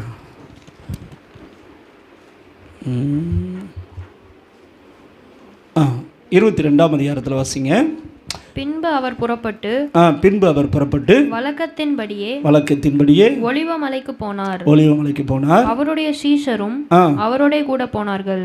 அவ்விடத்தில் சேர்ந்த பொழுது அவர் அவர்களை நோக்கி, நீங்கள் சோதனைக்குட்படாதபடிக்கு ஜெபம் பண்ணுங்கள் என்று சொல்லி. நல்லா கவனிக்கணும், இதுதான் உங்களுக்கு சோதனை. நல்லா கவனிக்கணும், சோதனையும் இருக்கும், பரீட்சையும் இருக்கும். ரெண்டுமே ஒன்று போல தான் வரும், மறந்துடாதீங்க. என்ன இருக்குன்னு சொல்லுங்க பார்க்கலாம். சோதனை இருக்கும், பரீட்சை இருக்கும். சோதனை யார்கிட்ட இருந்து வருது? சாத்தான்கிட்ட இருந்து வருது. பரீட்சை யார்கிட்ட இருந்து வருது? நம்ம உண்மையாக இருக்கோமா உண்மையாக இல்லையானா அவர் பார்த்துக்கிட்டே இருப்பார், சரிதானா? ஆனால் நீங்கள் சோதனையும் ஜெயிக்கணும், பரீட்சையிலையும் பாஸ் பண்ணணும். அப்போ தான் வந்து இயேசு வெளிப்படுவார். அதுண்டி அவர் என்ன செய்ய மாட்டார், நீ கியாங்கியான்னு கூப்பாடு போட்டாலும் என்ன செய்ய மாட்டார், வரமாட்டார். எழுதி வச்சுக்கோங்க. சோதனை நேரத்தில் எப்படி தான் இருப்பீங்க? தனியாக தான் இருப்பீங்க. பக்கத்தில் சொல்லுங்கள், உனக்கு வேதனை வரும்போது தனியாக தான் இருப்பேன்னு சொல்லுங்கள். உனக்கு வயிற்று வலி வரும்போது தனியாக தான் இருப்பேன். உனக்கு தலைவலி வரும்போது தனியாக தான் இருப்பேன். உனக்கு பண தேவை வரும்போது தனியாக தான் இருப்பேன். யாரும் உனக்கு ஹெல்ப் பண்ண. கடந்த நாட்களில் ஒரு ஃபேமிலியை பார்த்து ஜோம் பண்ண அவங்க சொன்னாங்க, எங்களுக்கு ஹெல்ப் பண்ணுறதுக்கு யாருமே இல்லை. ஐயா அங்கே தான் உனக்கு சோதனையும் பரீட்சை என்ன செய்யுது? பரீட்சையில் என்ன எல்லோரும் கூட்டுக்கிழமை மாதிரி உட்கார வச்சு அவனுக்கு பச்சை வச்சுக்கிட்டு இருப்பாங்க. ஹலோ, நிறைய பேர் அழுகிறது என்ன தெரியுமா? கன்ஃபார்மாக எவனும் வரமாட்டான். உனக்கு தலைவலி வரும்போது நீ இது மட்டும்தான் சந்திக்கணும். உனக்கு தேவை வரும்போது நீ மட்டும்தான் சந்திப்ப. உன் கூட பிறந்தவங்க உன்னை கண்டுக்கிட மாட்டாங்க. உனக்கு பண தேவையை சந்திக்க மாட்டாங்க, கன்ஃபார்ம். இப்போ கூட்டத்தில் ஆவியில் நிரம்பி ஜெபிக்கிறது எளிது. கூட்டத்தில் தேவ பிரசன்ஸ் உணர்றது எளிது. கூட்டத்தில் டெலிவரன்ஸ் ஆகிறது எளிது. ஆனால் உனக்கு பரீட்சையும் சோதனையும் வரும்போது நீ தனியாக தான் நிற்ப. மறந்து போகாத. அந்த நேரத்தில் உனக்கு கெட்ட சிந்தனை வரும், அந்த நேரத்தில் உனக்கு பலவீனம் வரும், அந்த நேரத்தில் உனக்கு நெருக்கம் வரும். ஆனால் அந்த நெருக்கத்தில் நீ இயேசுவை விசுவாசித்து சோதனையை சாதனையாக மாற்ற போறியா, இல்லை இயேசுவை விசுவாசிக்கிறது விட்டு ஒதுங்கி நின்று சோதனை விழுந்து போக போறியா அப்படிங்கிறத இப்போ டெஸ்ட்டு. இயேசுவும் வனாந்தரத்தில் 40 நாள் சோதிக்கப்பட்டார். 40 நாள் இருந்த பொழுது பிதாவாகிய தேவன் இறங்கி வரல. யார் தான் வந்தா? சாத்தான் தான் வந்தான். நல்லா கவனிக்கணும், தனிமையில் நீங்கள் தனிமையாகத்தான் இருப்பீர்கள். ஆனால் அந்த நேரத்தில் கர்த்தர் கொடுத்தார், கர்த்தர் எடுத்தார், கர்த்தருடைய நாமத்துக்கு கர்த்தர் எனக்காக யாவையும் செய்து முடிப்பார். இப்படி பேசணும். அதை விட்டுட்டு நான் என்ன செய்ய போகிறேன், என் தேவைக்கு என்ன செய்ய போகிறேன், என் புலம்பலுக்கு என்ன பண்ண போகிறேன், இப்படி பேசக்கூடாது. கடந்த நாட்களில் பார்த்து ஃபேமிலி சொன்னாங்க, 20ஆம் தேதி நாங்கள் வீடு மாறணும் பாஸ்டர். இப்போ தேதி 9ஆம் தேதி போல் ஆகிப்போச்சு. என்ன செய்கிறது? இன்னும் 11 நாள் இருக்குல்ல, ஏன் கவலைப்படுறீங்க? கத்த தரமாட்டாரா? இங்கே தான் பரீட்சை என்ன செய்யுது? நாங்களாம் 2 மணி நேரம் இருந்தாலே கவலைப்பட மாட்டோம். எவ்வளோ நேரம் இருந்தாலே? இன்னும் 2 மணி நேரம் கிடக்கல, கத்தர் என்ன செய்வார்? தேவையை சந்திப்பார். அல்லேலூயா. அந்த நேரத்தில் தான் விசுவாசத்தை என்ன செய்யணும்? அறிக்கை பண்ணணும். அல்லேலூயா. ஆனால் கிருபை எப்போ கிடைக்கும்? அதே இப்போ கேள்வி. இப்போ மேட்ரு என்னென்னா, ஏசு என்ன செய்தார்? சோதனைக்கு உட்படாதபடிக்கு என்ன செய்யுங்கள், விழித்திருந்து ஜோம் பண்ணுங்கன்னாரு. அவங்க ஜோம் பண்ணாங்க. பாருங்கள் என்ன நடக்குது. ஏசப்பா என்ன பண்ணார் பாருங்கள், வாசிங்க தொடர்ந்து. அவர்களை விட்டு கல்லறி தூரம் அப்புறம் போய் முழங்கால் படியிட்டு, பிதாவே உமக்கு சித்தமானால் இந்த பாத்திரம் என்னை விட்டு நீங்கும்படி செய்யும். ஆயினும் என்னுடைய சித்தத்தின்படி அல்ல, உம்முடைய சித்தத்தின்படி ஆக கடவுது என்று ஜெபம் பண்ணினார். அப்பொழுது வானத்திலிருந்து ஒரு தூதன் தோன்றி அவரை பலப்படுத்தினார். நல்லா கவனிக்கணும், எப்போ கிருபை கிடைக்குது? கிருபையின் மேல் கிருபை எப்போ கிடைக்கும்? நீங்கள் ஜெபம் பண்ணும்போது தான் என்ன செய்யும்? கிருபை கிடைக்கும். நீங்கள் ஜெபம் பண்ணி தேவ சித்தத்துக்கு உங்களை ஒப்பு கொடுக்கணும். அதான் ரொம்ப முக்கியம். என்ன ஒப்பு கொடுக்கணும் சொல்லுங்கள் பார்க்கலாம். நிறைய பேர் தேவ சித்தத்துக்கு என்ன செய்கிறது இல்லை, ஒப்பு கொடுக்கறது கிடையாது. தேவ பிள்ளைய உன் வாழ்க்கையில் நடக்கிற தினமும் நீங்கள் இப்படி ஜெபம் பண்ணுங்க. முடிஞ்சால் நோட் பண்ணி வச்சுக்கோங்க.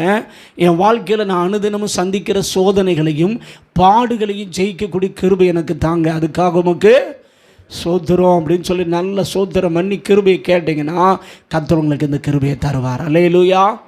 அப்போ நீங்கள் சோதனையை சாதனையாக மாற்றுவீங்க. கர்த்தர் உங்களை என்ன செய்வார்? ஆசீர்வதிப்பார். அதனால் உங்கள் ஐக்கியம் யாரோடு இருக்கணும்? தேவனோடு இருக்கணும். சாலமோனுடைய ஐக்கியம் வேண்டாத ஆட்களோடு இருந்தது. அதன் விளைவு உங்களுக்கு நல்லாகவே தெரியும். அதனால் பரிசுத்த ஆவியானவரோடு உங்கள் ஐக்கியத்தை என்ன செய்யுங்க? வளர்த்து கொள்ளுங்க. அதை விரும்புங்க. என்ன செய்யுங்க? விரும்பி, ஆவியானவரே நான் மோடு என்ன செய்ய விரும்புகிறேன், நான் ஐக்கியமாக இருக்க விரும்புகிறேன்னு கேட்கணும். அல்லேலூயா. பென்னிகின் என்று சொல்லக்கூடிய தேவ மனிதர் பார்த்தீங்கன்னா தினமும் குட் மார்னிங் ஹோலி ஸ்பிரிட் அப்படின்னு என்ன செய்வாராம், கூப்பிடுவாராம். அது மாதிரி பாலியங்கிச்சோ இவங்கெல்லாம் பார்த்தீங்கன்னா ஒரு சேரு போட்டு பரிசுத்த ஆவியானவரே இணைந்து வாங்க, நம்ம சேர்ந்து என்ன செய்வோம், ஊழியம் செய்வோம்னு கூப்பிட்டு போவாங்களாம். அல்லேலூயா. ஆவியானவரோடு நமக்கு அந்த ஐக்கியம் ரொம்ப ரொம்ப அவசியமானது. அல்லேலூயா. சரி, நம்ம எல்லாரும் எழுந்து நிற்போமா? எல்லாரும் எழுந்து நிற்போம். ஹல்லேலூயா. கர்த்தர் நல்லவர், உமக்கு நன்றி, உமக்கு ஸ்தோத்திரம். ஹல்லேலூயா. எங்களுக்குள்ளே வாசம் செய்யும்